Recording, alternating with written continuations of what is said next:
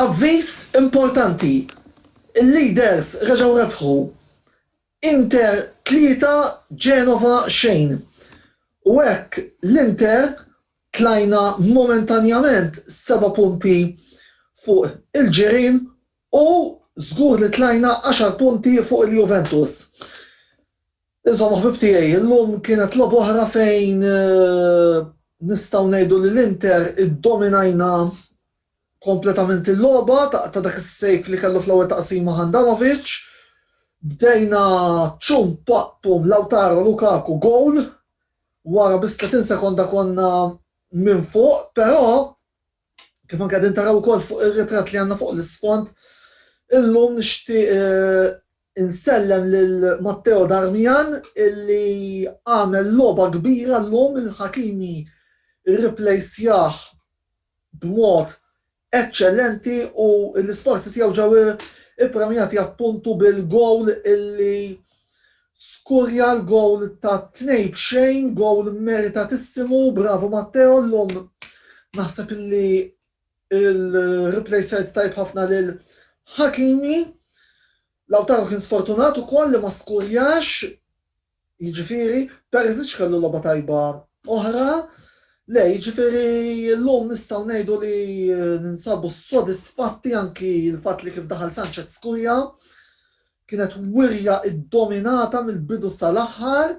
Il-Genova li jridu jirringrazzjaw il-Perin illum hekk baqgħu dak li skor ta' 3-0. Perin li ħanamel parentesi żgħira ma jiddispjaċinix kieku kellna nagħmlu ħsieb għalih anki minkejja l-fatt li għandu 29 sena u li ngħidu li għadu għatfadallu ftit żmien joffri, però appuntu jridu jirringrazzaw il-dan il-gowler il-Ġenovani jekk hemm il-darba illum ma ħarġux b'xi nofs tużżana minn ġewwa San Siro. Ovvjament kienet wirja oħra li kellna bżonn ir-rebħa anke minħabba l-fatt li kont ftit mħasseb minħabba l-forma tajba li il-Genova kienu għaddejjin minna, iżda illum urejna anki minn dawk il-passaġġi veloċi illi qegħdin nagħmlu dak il-counter attack illi qed tkun perikolus u letali ħafna. Kif rejna wkoll appuntu fil-gowl tal-ħanżir. Imma insomma, grande Inter, rebħa tajba ta' 3-0, issa nistennew ħanaraw il-lejla x'se jiġri fil-logħba Roma-Milan. Ma naħsibx li huwa xi sigriet tan-NASA jekk inkun qiegħed nispera illi joħroġ wieħed jew X il-lejla.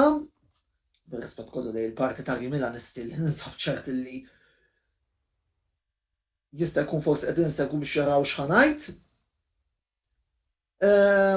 U issa l-attenzjoni tagħna appuntu fejn tidħol l-Inter tmur nhar il-ħamis logħba diffiċli storikament għaliex il-ground ta' Tardini dejjem kidna anke jekk il-Parma bħalissa għaddejjin minn żmien ħażin, però rridu npoġġu moħħna hemm ħalli inkomplu nibnu fuq it-tajjeb kollu illi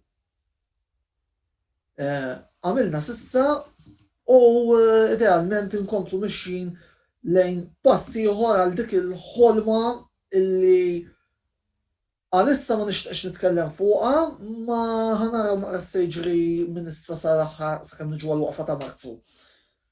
Jekk imbagħad jasal Marzu u s-sitwazzjoni tkompli tiġi favorina mbagħad nitkellem mod ieħor. Biss għalissa nifqgħu, grazzi ragazzi, wirja oħra impeccabbli inħarsu il-qudiem. Inkitbu fuq dan l-istazzjon ta' YouTube għal iżjed kontenut bħal dan kif ukoll għal programm l-intervista illi eċċezzjonalment din il-ġimgħa se jsir l-erba' u mhux il-ħamis, appuntu minħabba l-logħba Parma Inter. Klik, komplu segwuna wkoll fuq il-paġna ta' Facebook fejn anki hemmhekk ser toħroġ il-programm l-intervista nhar l-erba' li ġej.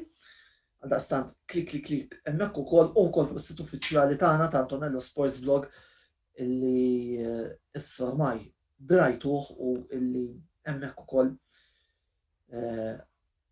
ikolkom l-aħħar aħbarijiet fejn jidħol futbol Taljan, futbol Ingliż, futbol lokali u issa Marzu Dalwaqt nerġgħu nibdew bil-motorsports, Formula 1, MotoGP, Formula 2, għal daqstant Formula 2 se tkun ukoll it-tema tal-programm l-intervista ta' nhar l-erba' għal daqstant komplu segwu il-network kollu tagħna ta' Antonello Sports Blog fejn żgur mhux forsi se tibqgħu aġġornati fuq dak kollu li jkun qiegħed jiġri fil-dinja sportiva. Komplu kol segwu kollaboraturi tagħna Velocity Esports Racing għal dak li jidħol Formula 1 virtuali wejjabed.com għal dak li jidħol kwoti ta' l-aqwa kwoti fejn jidħlu l-imħatri kif testu minn dan kollu għamlu li xjaten tridu.